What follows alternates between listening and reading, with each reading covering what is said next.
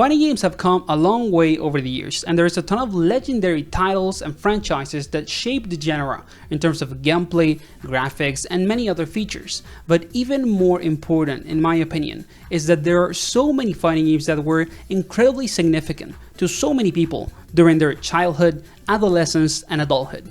And today I want to talk about my top 10 favorite fighting games of all time. This list, of course, is not objective. It's based on my own likings and experiences with the genre over the years, so feel free to disagree with me in the comments and tell me which are your favorite fighting games of all time, and let's actually get into it. The first game on my list is going to be Tekken 5. I have a very special place on my heart for this game because it is the first Tekken game I tried as a child, and I remember it with so much joy. Of course, I sucked at it. I was very bad at the game, but that didn't matter at that moment. And not only that, but I had spent most of my time in Tekken 5 playing the Devil Within mode, you know, this action RPG mode with Jin that the game had. And I remember having such a blast playing it. You know, it was such a joy for me as a kid. And I cannot take this game out of the list. Even though I technically played other Tekken games more and more seriously, this game just has to be in the list because of the experiences that I had with it during my childhood. And I really think that new fighting games need to add more game modes like the Devil Within mode. Like, we need more, you know, sort of action RPG, beat them ups game modes inside fighting games because they are such a good way of entry for new players and for children to get connected with fighting games. So that is going to be my first game. My number 9 spot is going to be pretty controversial, so don't hate me for it, because it is a non-traditional fighting game, and that is Dragon Ball Budokai Tenkaichi 3, an arena fighter. The reason why this game is here, of course, again, is childhood. I just have so much beautiful memories enjoying this game as a kid with my brother and with close friends. And of course, I'm a Dragon Ball fan. I've loved Dragon Ball during my whole life, and I cannot have a top 10, you know, fighting games of all time list without Budokai Tenkaichi 3 for what it meant to me as a kid, and also because it was a very fun game. It was very, very fun to play it. And I'm actually kind of sad with Sparking Zero, with, you know, the low player count that it has, how the gameplay feels a little stiff in comparison to Budokai Tenkaichi 3. So hopefully, you know, they patch the game and make it a little more dynamic. And I just, you know, love Dragon Ball and love Budokai Tenkaichi 3, so for me, it needs to be here. Then for my number 8 spot, I'm gonna have to put Guilty Gear Strive. I debated in my head to also put Accent Core Plus R as a tie for the 8th spot because I played that game a ton with the rollback update with a couple of very close friends, but we also played Strive a ton more than Plus R.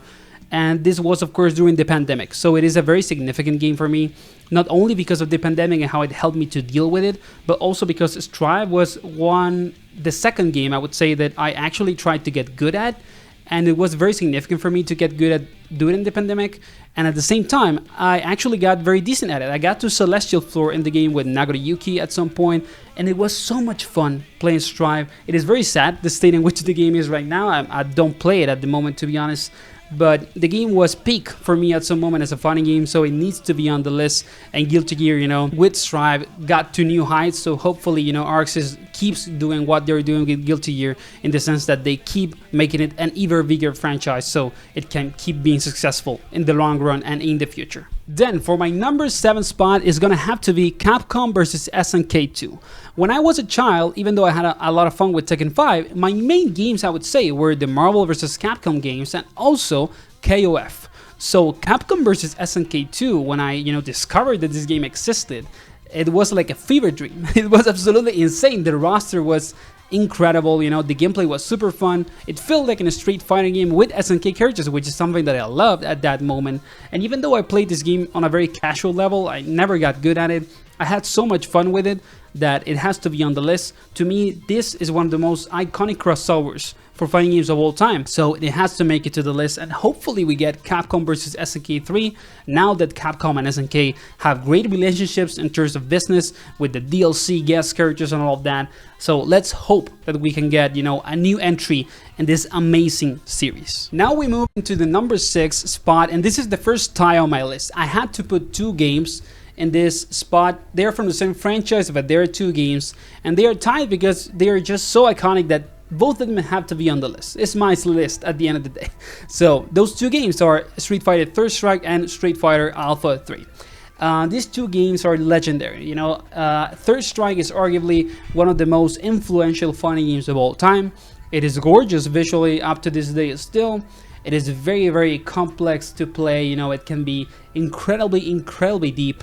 And Alpha 3 to this day, still, it is my favorite Street Fighter in terms of visual, at least of art style. Like, I love the Alpha 3 style. And of course, as I said before, when I was a kid, I played a ton of Marvel games. So the Marvel games had Alpha, you know, style for Street Fighter characters. So I just have like an instant memory when I see those designs, you know, and those characters. I just love it. And to me, these two games are so iconic that they just have to be tied. I cannot have one or the other. Both of them have to be on the list. Just such high quality, you know, incredible games. Now we get to the top 5, and my number 5th spot is going to be another non-traditional fighting game. Is the only one left, and that is Super Smash Bros. Ultimate. When you debate, you know, about fighting games and you think about Smash, if you get that debate out of the topic and you just think about Smash as a fighting game, it is arguably the biggest fighting game of all time. Especially Ultimate. Like, it is a fever dream, just like Capcom vs SNK 2, that Ultimate has the roster that it has. It is absolutely insane, like, because of licensing issues, business barriers. It is actually incredible that the game is real. And not only that, but the game was perfect. The only limitation that Smash Ultimate had was the netcode. The netcode was a shit show, and everything else was good, like the stages, the roster of characters again, the music, the graphics, the single player campaign was also pretty good. So in that sense, Smash Ultimate to me has to be on the list. I played the game a lot with close friends also. It was an incredibly fun time to play the game at both a casual and a more competitive level, you know, trying to get good at it, because Smash, when you're trying to get good at Smash Ultimate and other Smash games also, they're also very fun. So in that sense, to me, Ultimate has to be on the list, even though it is a non-traditional fighting game. To me, you can argue that it is the most relevant, at least culturally relevant fighting game of all time. So it has to be on the list. And for my number 4 spot is going to be Marvel vs. Capcom 2. I love Marvel games in general, not only fighting games. And Marvel vs. Capcom 2, it is still one of the most iconic fighting games of all time, and also one of the fighting games in which I had the most fun as a kid, as an adolescent, and now also. Like, the game is so much fun. I love the roster of characters. I love the music. I love the graphics, even though it's a pretty old game, it still looks pretty good to me. And it is just, again, an iconic game, a historical one that was present in my childhood, but it is still such a strong game competitively, you know, and it holds up so well that it is even incredible. I also debated to put Ultimate Marvel vs. Capcom 3 as a tie in this list, but the reality is that I didn't play Ultimate Marvel 3 that much in comparison to Marvel 2. And even though I played those games at a very casual level, I still played Marvel 2 more, so it's more close to me and my experience, so it makes more sense to me to put that game on the list. But, you know, the Marvel series needs to come back. Hopefully, you know, Capcom gets their things going and we can get more Marvel games, because they're always such iconic games when they're done right.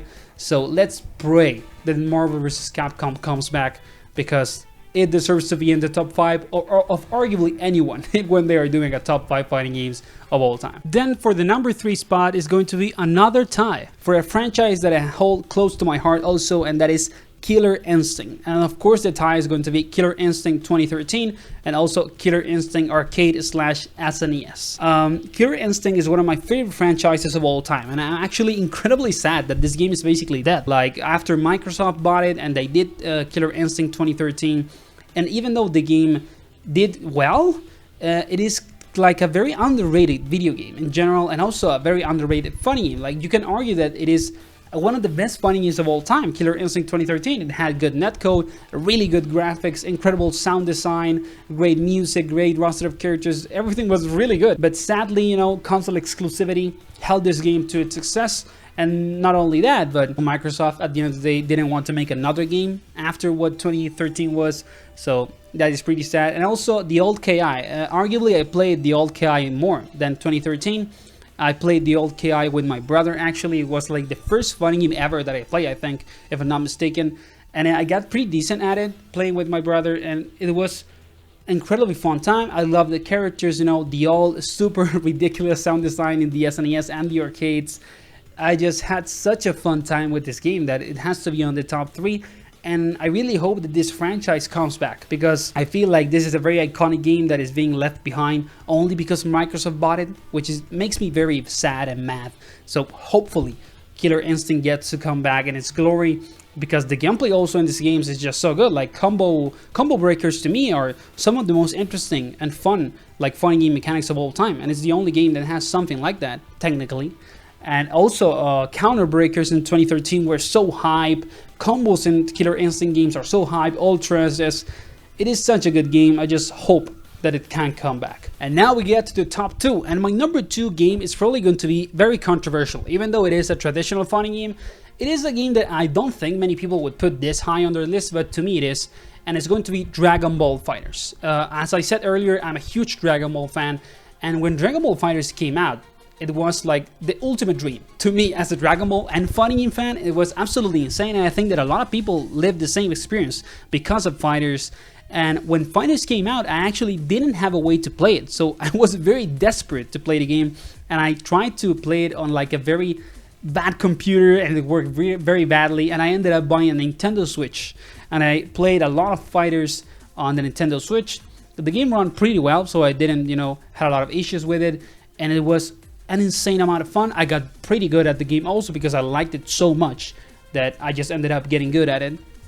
And I just hope that we can get a sequel for this game because, well, one, you can argue that FighterZ can maybe not be on your top 10 list, but FighterZ is going to be in the top 10 or even top 5 of the most successful fighting games of all time. In financial terms, in publicity and marketing terms, this game broke the internet. It broke, stocks for Bandai, everything. Like, it is one of the biggest success in the history of fighting games as a product.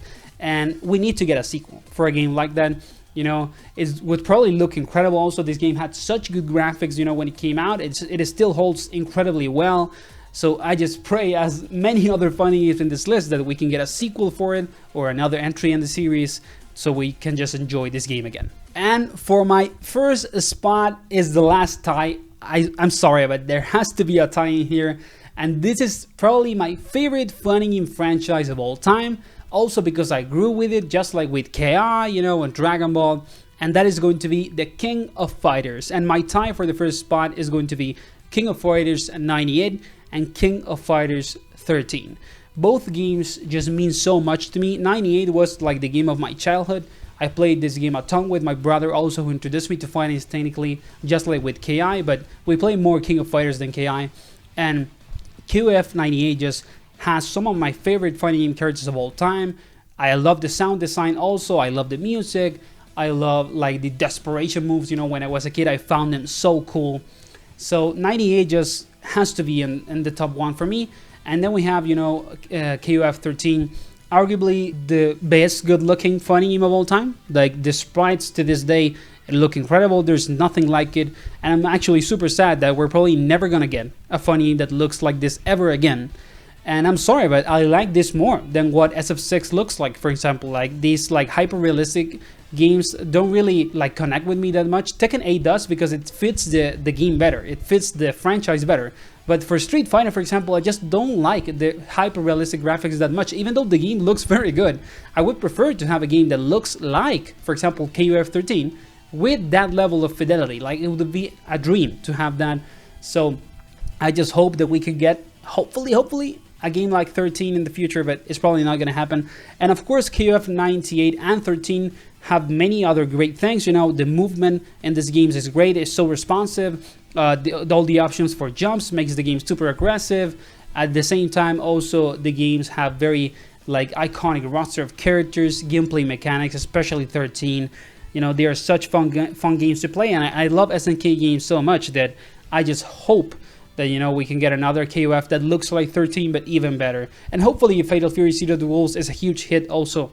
So that was my top 10 technically fighting games of all time. Let me know in the comments what you think of it, and I'll see you on the next video, guys.